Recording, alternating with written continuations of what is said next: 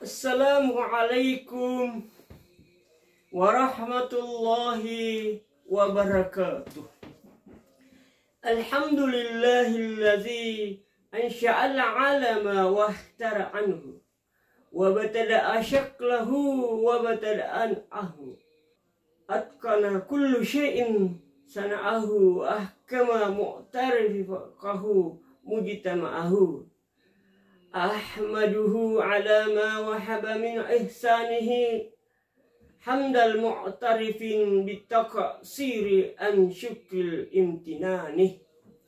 Wa ashhadu an la ilaha illallah wahdahu la syarikalah syahadatan tumil in lisanihi amman fi damirihi wa jinanihi. Wa ashhadu anna muhammadan abduhu wa rasuluh abaduh ba'athahu bil bayyinati mursyidan li hadiyil iman muayyada bi mu'jizatil Qur'an wa azhara dinahu ala sairil adyan. Allahumma salli wa sallim ala sayyidina Muhammadin wa ala alihi wa ashabihi fi kulli waqtil wa awan. Amma ba'd. Ma'asyiral muslimin, ikhwafillah yang dimuliakan Allah Subhanahu wa taala. Tiada henti-hentinya kita senantiasa bersyukur di hadapan Allah Subhanahu wa taala karena sampai saat ini kita masih menikmati pemberian Allah, begitu banyak nikmat yang tiada terbatas, sehingga dengan nikmat itulah alhamdulillah kita sempat dan mampu beraktivitas pada kesempatan yang mulia ini. Jemaah yang dimuliakan Allah Subhanahu wa taala. Insyaallah pada kesempatan yang sangat berberkah ini, mudah-mudahan kita semua diberikan kesempatan oleh Allah Subhanahu wa taala untuk menetapkan di hati kita cinta kepada Rasulullah sallallahu alaihi wasallam, yang mana Rasulullah SAW begitu dalam cintanya kepada umatnya, kepada kita umatnya. Oleh karena itu mari kita senantiasa bersalawat kepada baginda Rasulullah SAW dengan mengucapkan Allahumma salli wa sallim wa barik alaih. Semua dengan salawat yang kita panjatkan itu, yang kita lafalkan itu, insyaallah sebagai jembatan Allah akan menurunkan rahmatnya kepada kita. Kata Rasulullah SAW bersabda, "Man shalla alaihi wahidatan sallallahu alaihi biha asran." Barang siapa yang bersalawat kepadaku satu kali, maka Allah akan bersalawat merahmatinya 10 kali lipat. Oleh karena itu mari kita senantiasa bersalawat kepada baginda Rasulullah sallallahu alaihi wasallam. Jemaah ikhwafillah rahimakumullah. Insyaallah pada kesempatan yang sangat berbahagia ini saya akan menyampaikan sebuah pesan keagamaan, mudah-mudahan sekaligus menjadi siraman rohani kita agar insyaallah hati pikiran kita ini senantiasa dipenuhi dengan kemuliaan-kemuliaan agama Allah Subhanahu wa taala, serta diwarnai kehidupan kita dengan cahaya-cahaya yang membawa keselamatan dunia dan akhirat. Jemaah yang dimuliakan Allah Subhanahu wa taala. Insyaallah pada kesempatan ini judul yang akan saya sampaikan adalah Hakul muslimun alal muslimatun sittah. Ada hak. Yang dimaksud hak adalah kewajiban seorang muslim kepada muslim yang lain, yaitu sittah. Ada 6 kewajiban muslim yang satu dengan muslim yang lain. Artinya Allah Subhanahu wa taala dalam kehidupan keseharian kita, di samping kita sebagai makhluk ciptaan Allah Subhanahu wa taala yang berhubungan langsung kepada Allah Subhanahu wa taala, juga kita sebagai makhluk individual yang berhubungan dengan diri kita, Allah Subhanahu wa taala mengajarkan kepada kita bahwa ada di sekeliling kita, terkhusus muslim, kita harus menjaga hubungan-hubungan kita atau keterkaitan kita dengan satu yang lainnya. Makanya ada kewajiban-kewajiban yang Allah Subhanahu wa taala sampaikan kepada kita tentang muslim yang satu dengan muslim yang lain. Seperti Rasulullah Shallallahu Alaihi Wasallam bersabda kepada kita bahwa ada 6 kewajiban muslim yang harus ditunaikan, harus dilakukan oleh muslim yang lainnya kepada muslim yang satu. Enaknya, indahnya jamaah yang dimuliakan Allah Subhanahu wa taala, karena dengan kita mengamalkan ajaran-ajaran agama Islam, mengaktualisasikan nilai-nilai Islam, maka warna-warni kehidupan kita akan terarah, terbimbing, serta teratur, serasi, dan rapi. Kenapa? Karena hal-hal yang kecil sekalipun diajarkan, ditunjukkan cara agar apa yang kita lakukan itu di samping bernilai kebaikan, juga insya Allah akan mendapatkan pahala di hadapan Allah Subhanahu wa taala. Seperti diajarkan oleh Allah dan Rasulnya bahwa ada 6 kewajiban muslim dengan muslimah, muslim wal muslimat, mukminat dengan yang lainnya. Yang pertama adalah iza alqitahu fasallim alaihi. Bila bertemu, ya, atau bila kita berpapasan, atau bila kita berhadapan, atau bila kita berkomunikasi, atau bila mana kita terjadi pertemuan, maka apa yang diajarkan oleh Allah dan Rasulnya, fasallim alaih, hendaklah kita saling memberi salam, hendaklah kita saling menyapa dengan mengucapkan Assalamualaikum warahmatullahi wabarakatuh.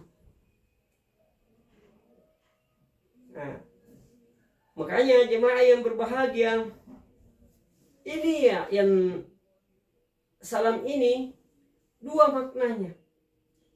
Yang pertama adalah sebagai identitas kita umat muslim, sebagai ciri khas kita bahwa kita adalah beragama Islam. Karena Assalamualaikum warahmatullahi wabarakatuh adalah bahasa Arab yang mana ketika mengucapkan itu, maka akan kelihatan ciri khas keislaman kita. Kira-kira ketika mengucapkan sekarang, ada nggak bilang, oh itu non muslim? Langsung oh itu ciri khas orang muslim, bukan kan? Kalau halo ya boleh, ciri khas tertentu. Hai, halo, nah itu salam menyapa. Tapi ketika mengucapkan dengan Assalamualaikum warahmatullahi wabarakatuh, itu mencirikan bahwa itu adalah ciri khas kita sebagai orang muslim ketika kita saling menyapa atau saling ingin memulai suatu komunikasi atau ingin memulai suatu percakapan, dialog, atau ingin memulai sesuatu saling bertukar informasi. Maka umat Islam mengajarkan bahwa tebarkanlah salam. Makanya jemaah yang berbahagia,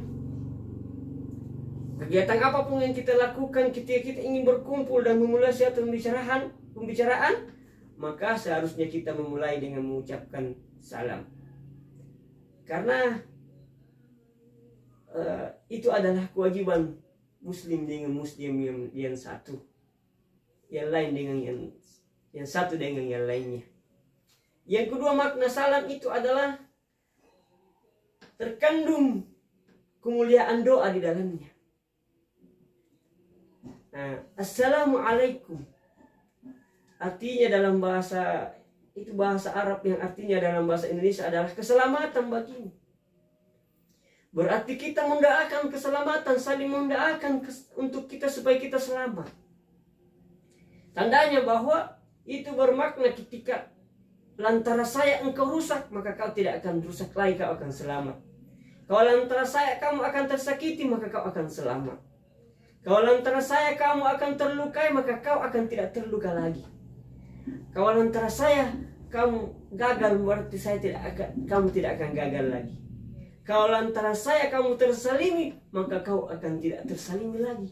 Kenapa? Karena keselamatan bagimu.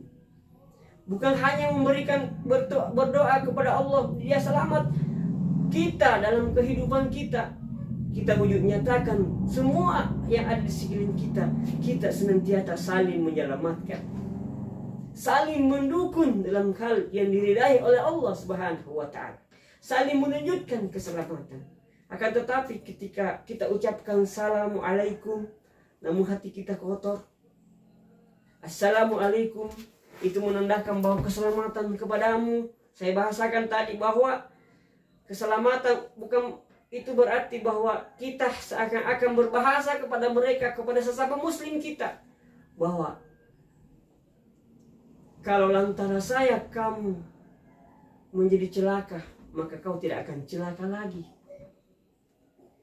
Kalau lantara mulut saya kamu akan sakit telingamu, menyakiti hatimu, maka kau tidak akan sakit hati lagi. Kalau lantara perbuatan saya kamu akan mendapati kesusahan, kamu akan selamat dari kesusahan itu. Artinya bahwa kita akan selalu membawa keselamatan, membawa kedamaian, membawa kebahagiaan bersama. Kita senang kebahagiaan orang lain. Kita terikut susah ketika melihat kesusahan sesama muslim kita. Itulah makna keselamatan. Jadi Assalamualaikum itu menandakan bahwa kita doakan dia selamat dan meyakinkan diri kita bahwa kita bukanlah penyebab orang bisa mendapatkan kesusahan, kesulitan, kegagalan dan lain sebagainya. Jemaah yang dimuliakan Allah Subhanahu wa Ta'ala. Yang kedua, dalam Assalamualaikum warahmatullah terkandung rahmat. Bukan cuma keselamatan, tapi warahmatullah. Nah, dia didoakan agar mendapatkan rahmat, kasih sayang dari Allah, mendapatkan sesuatu yang membahagiakan dari Allah. Kita selalu doakan kepada sesama kita agar kita saling mendapatkan kasih sayang, rahmat dari Allah Subhanahu wa Ta'ala. Maka Islam mengajarkan barang siapa yang mendoakan sesamanya, maka Allah dan malaikat akan berdoa kepada Allah untuknya. Oleh karena itu, jemaah yang dimuliakan Allah Subhanahu wa Ta'ala, begitu indahnya, luar biasanya kandungan Assalamualaikum warahmatullah. Kita juga mendoakan agar semua orang mendapatkan rahmat. Artinya ketika saya membencimu, maka tidak engkau dibenci lagi, karena saya doakan engkau selalu dirahmati oleh Allah Subhanahu wa Ta'ala. Bukan cuma rahmat wabarakatuh, engkau juga saya doakan supaya engkau diberkahi oleh Allah, diberkahi hidupmu, diberkahi waktumu, diberkahi tenaga-tenaga kita, diberkahi pekerjaan kita, diberkahi usaha-usaha kita, diberkahi semua fasilitas-fasilitas yang kita miliki, barang harta yang kita miliki diberkahi oleh Allah. Kita doakan orang berberkah. Apa artinya berberkah? Bernilai, selalu dia gunakan di jalan yang diridai oleh Allah Subhanahu wa Ta'ala. Selalu digunakan apa yang dia milikinya itu agar bermanfaat, atau berguna dengan sebaik-baik mungkin. Bukan hanya untuk dirinya, tetapi bisa membawa kebaikan kepada sesama, atau kita bisa merasakan kebahagiaan bersama karena kebaikan. Khair al-barakatu khairun katsir. Berkah itu adalah kebaikan yang banyak. Mungkin sedikit ternilai materi, tapi berkah menjadi luar biasa kebaikannya. Makanya boleh jadi ketika diberikan harta oleh Allah tapi tidak berberkah, maka boleh banyak tapi pemanfaatannya sedikit. Boleh jadi besar tapi nilai-nilai kebaikannya sedikit. Jemaah yang dimuliakan Allah Subhanahu wa taala, sebagai contoh, silahkan bedakan antara balong dengan emas atau permata. Kalau kita balong begitu besar, tapi nilai isinya itu adalah cuma udara. Dibandingkan dengan emas atau permata, berlian, kecil tapi nilainya sangat luar biasa. Walaupun balong sebesar rumah sekalipun dan emas sebiji beras, maka kira-kira kalau dikasih pilih, mau pilih balong atau pilih emas dalam hal nilainya. Nah, makanya jemaah yang dimuliakan Allah Subhanahu wa taala, Allah Subhanahu wa taala memberikan gambaran kepada kita bahwa mari kita saling menebarkan salam. Itu yang pertama. Yang kedua adalah wa iza da'aka fa'ajibuhu. Bila dipanggil maka datangilah. Jadi ketika saudara-saudara kita memanggil kita dengan niat yang baik, sepanjang tidak ada halangan yang memungkinkan kita tidak bisa datang, maka datangilah. Jangan karena tidak ada kepentingan yang lain baru kita datang. Baru tidak ada kepentingan yang lain baru kita hadiri. Terutama ketika kita diundang acara, sepanjang tidak ada hal-hal yang bisa menghalangi kita, seperti kurang sehat atau ada pekerjaan yang penting yang berkaitan tentang kehidupan yang sangat mendesak dan lain sebagainya, maka boleh jadi kita tunda atau nanti kita menghadiri di saat yang lain. Namun jamaah yang dimuliakan Allah Subhanahu wa taala, kadang baru ketika hadir, ketika melihat bahwa dilihat dari strata sosial, kalau saya tidak datang itu bisa-bisa saya dipecat di pekerjaan dan lain sebagainya, atau bisa-bisa saya nama saya jelek dan lain sebagainya. Maka itu bukan itu artinya. Akan tetapi memang Rasulullah SAW mengajarkan kepada kita bahwa kewajiban kita adalah ketika dipanggil maka kita hadiri. Kita hadiri. Dalam artian bahwa ketika kita dipanggil itu tandanya bahwa kita dibutuhkan. Sepanjang kita tidak ada halangan-halangan atau tidak ada rintangan-rintangan yang sangat mendesak, yang memang dibenarkan dalam agama. Contoh kecilnya cuaca yang buruk, kesehatan yang kurang bagus, ataukah ada kepentingan yang sangat mendesak. Contohnya kita dipanggil tapi ada tamu juga, tamu yang penting, kita harus bicarakan. Maka ada hal-hal boleh dilakukan, boleh kita menunda. Akan tetapi ketika tidak ada alasan, entah itu karena alasan, contohnya kita diundang di acara-acara pengantin dan lain sebagainya, katanya boleh juga jadi alasan, membenarkan juga sih.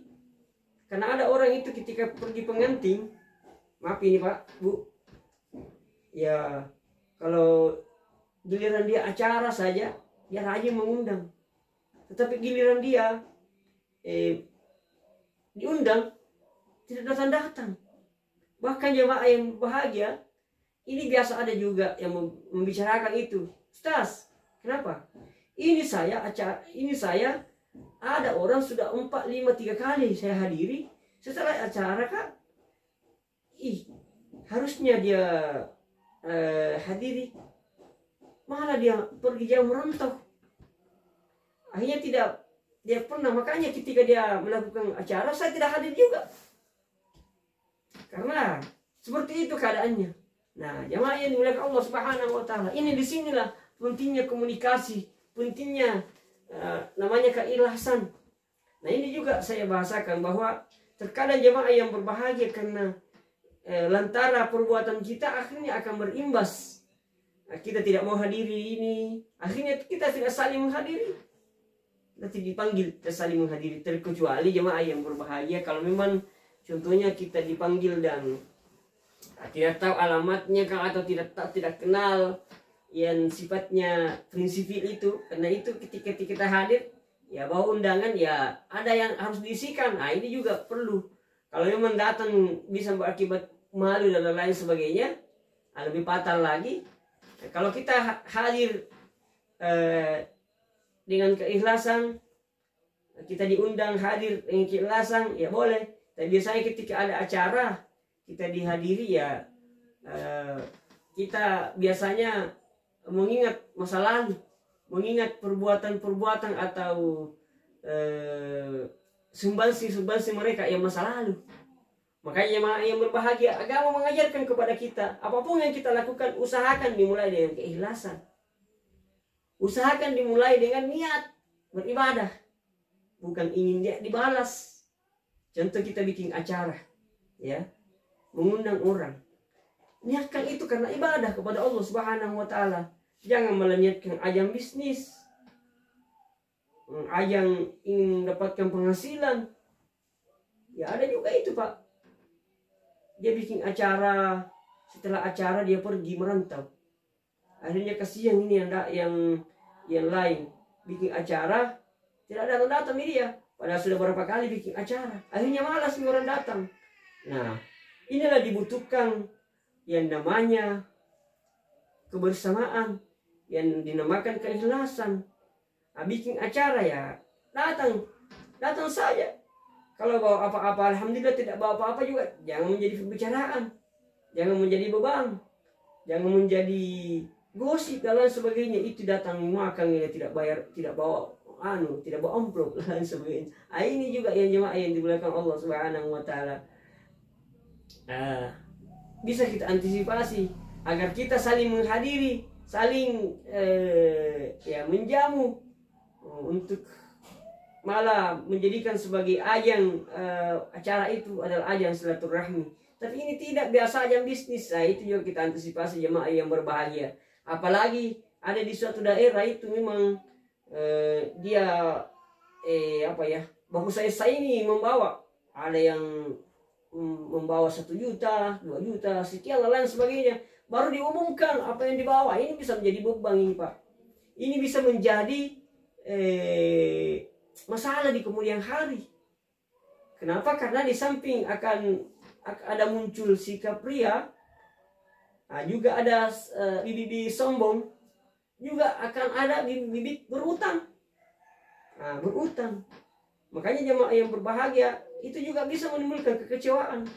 Nah, seperti inilah yang diajarkan oleh Allah dan Rasulnya, itu kita harus hindari agar bermanfaat dan lebih bernilai dan lebih meningkatkan kebersamaan dan persaudaraan yang insya Allah terpupuk karena indahnya kebersamaan dan kebahagiaan yang dinikmati secara bersama itu. Namun ketika ada embel-embelnya yang bisa saja menimbulkan percecokan, bisa saja menimbulkan kecurigaan dan lain sebagainya, maka ini yang kita harus hindari. Itu yang kedua. Yang ketiga adalah Rasulullah SAW berpesan, wa isas tansahaka pansahku. ketika dia meminta nasihat, maka berikanlah nasihat. Nah, ini juga jamaah yang berbahagia. Ketika ada seseorang yang bertanya, ingin dinasehati, maka orang-orang yang mampu menasehati nasihatlah. Ada juga itu Pak, kikir dengan ilmunya, kikir dengan pengetahuannya. Biarin saja, ini adalah ilmu saya akan bahagia dan sebagainya. Makanya jamaah yang berbahagia, kita harus saling memperingati seperti ini. Saya sampaikan lewat video. Nah, mudah-mudahan lewat video ini kita saling menasehati jamaah yang berbahagia. Tergantung kita mau dengar mau tidak.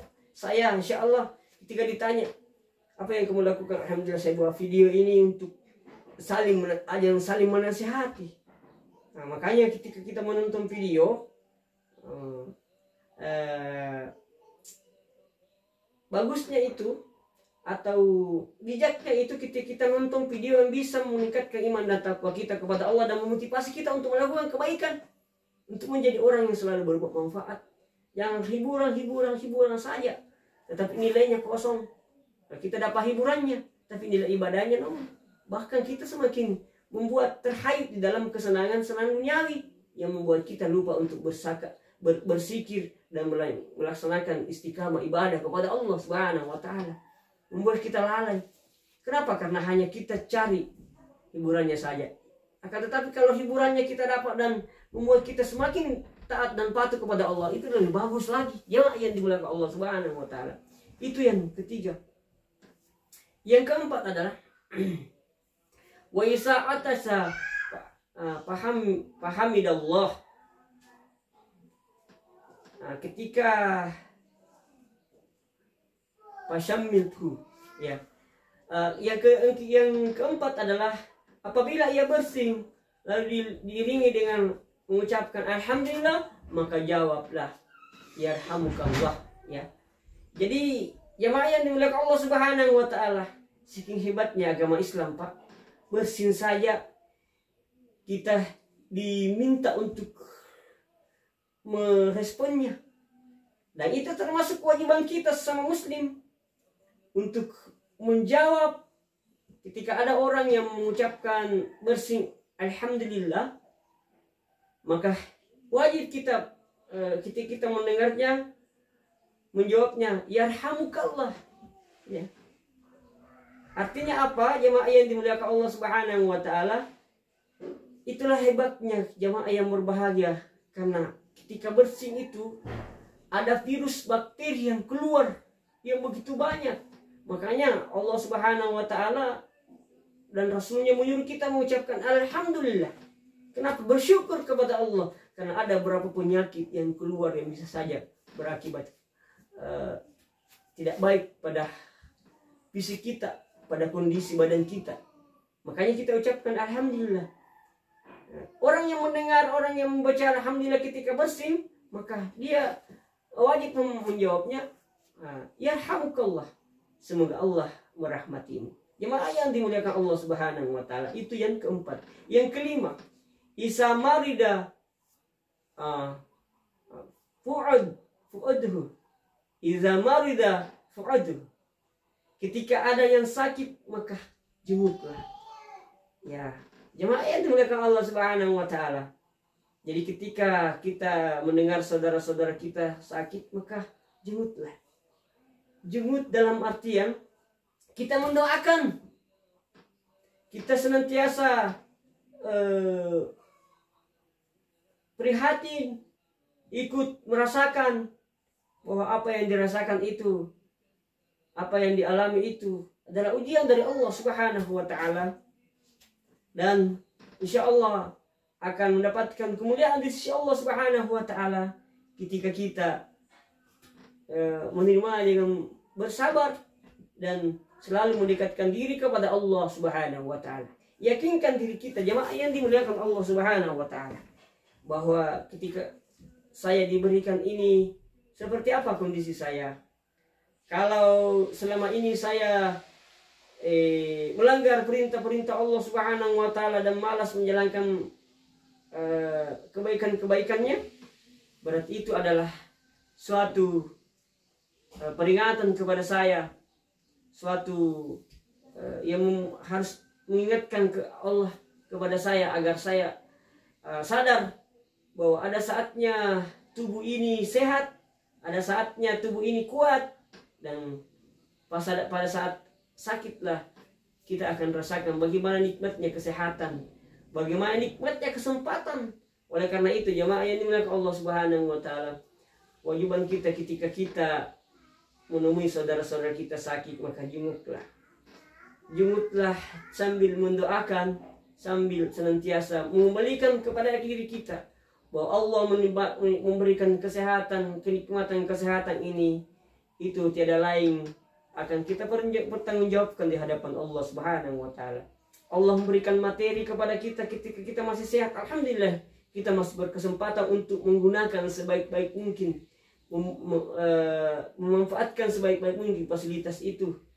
Allah Subhanahu wa taala memberikan mata yang jelas ini, gunakan untuk membaca yang baik-baik, membaca Al-Qur'an, membaca bacaan yang bisa menambah ilmu pengetahuan kita, meningkatkan iman dan takwa kita kepada Allah, dan selalu memperbaiki cara-cara beribadah yang baik yang disyariatkan oleh Allah Subhanahu wa taala.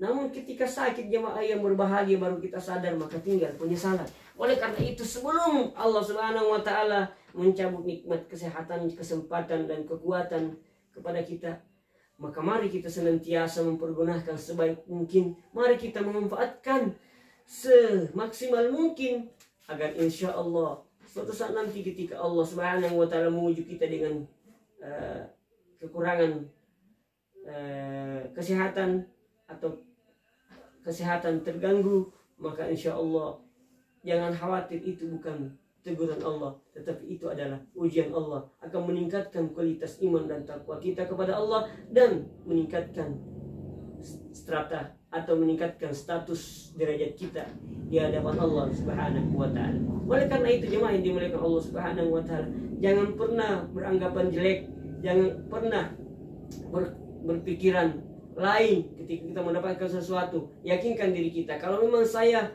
sering beribadah kepada Allah namun tetap ada suatu kesusahan, suatu kendala, itu tandanya bahwa Allah Subhanahu wa taala sedang menguji kita. Allah Subhanahu wa taala ingin menaikkan derajat kita, maka kita senantiasa mempertahankan semaksimal mungkin. Begitu juga ketika kita menghadapi sesuatu lantas selama ini saya sering melanggar syariat Allah, saya malas menjalankan perintah Allah, maka kembalikan kepada diri kita bahwa itu adalah Allah menegur saya agar senantiasa bertobat dan melakukan kebaikan di hadapan Allah Subhanahu wa taala. Itu yang kelima. Yang keenam adalah wa iza mata fa'atbi'ahu. Ketika ada saudara-saudara kita sampai waktunya meninggalkan dunia ini, maka wajib bagi kita untuk mengurus atau melakukan pengurusan yang berkaitan tentang kematian itu sampai dia antar ke kuburannya. Nah, ketika itu memang tidak ada halangan yang sangat penting, atau ya itu tadi saya bahasakan tadi, kesehatan terganggu atau kondisi-kondisi kita yang bisa berakibat hal-hal lain yang bisa mengundang kesusahan sama kita, maka kita senantiasa mawas diri atau berhati-hati. Allah Subhanahu wa taala memberikan kewajiban itu, ada solusi atau ada kendala-kendala yang diperbolehkan, ada juga memang maksimal harus dilakukan. Makanya jemaah yang dimuliakan Allah Subhanahu wa taala, inilah yang 6 kewajiban muslim dengan muslim yang lain. Yang pertama adalah ketika kita sebagai muslim maka berikanlah salam kepada muslim yang lain. Yang kedua adalah apabila kita dipanggil maka datangilah panggilan itu. Ketika kita dimintai nasihat maka berikanlah nasihat. Yang keempat, apabila dia bersin dan mengucapkan alhamdulillah maka balaslah dengan yarhamukallah. Yang kelima, apabila dia sakit maka jengutlah semampu kita. Dan yang keenam adalah apabila dia meninggal dunia maka antar jenazahnya hingga ke kuburan. Mudah-mudahan Allah Subhanahu wa taala memberikan kepada kita cahaya keimanan dan ketakwaan, serta meningkatkan ilmu pengetahuan agama kita sehingga menjadi manusia yang senantiasa taat dan patuh di hadapan Allah Subhanahu wa taala. Dan kita semua insya Allah dibimbing oleh Allah Subhanahu wa taala menjadi manusia yang lebih baik lagi, dan menjadi manusia yang insya Allah senantiasa mempertahankan keimanan dan ketakwaan kepada Allah Subhanahu wa taala. Dan akhirnya, sebelum saya akhiri ini, kiranya dibantu saya untuk mulai men-share dan subscribe channel ini. Mudah-mudahan ada nilai manfaatnya.